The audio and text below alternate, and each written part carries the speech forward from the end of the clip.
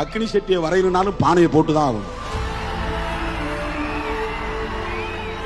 அக்னி சட்டியை வரையணும்னாலும் அவன் வரைகிறவன் அந்த தம்பி திருமாவளவனை நினைச்சுக்கிட்டு தான் பானையை போட்டு அப்புறம் அதுக்கு மேல சோலையை போடணும்.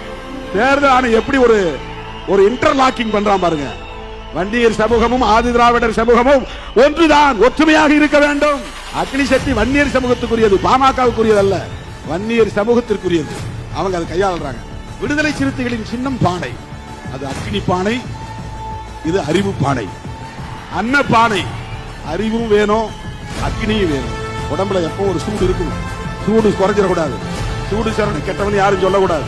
ஆகவே அக்னியும் வேணும் அறிவும் வேணும்.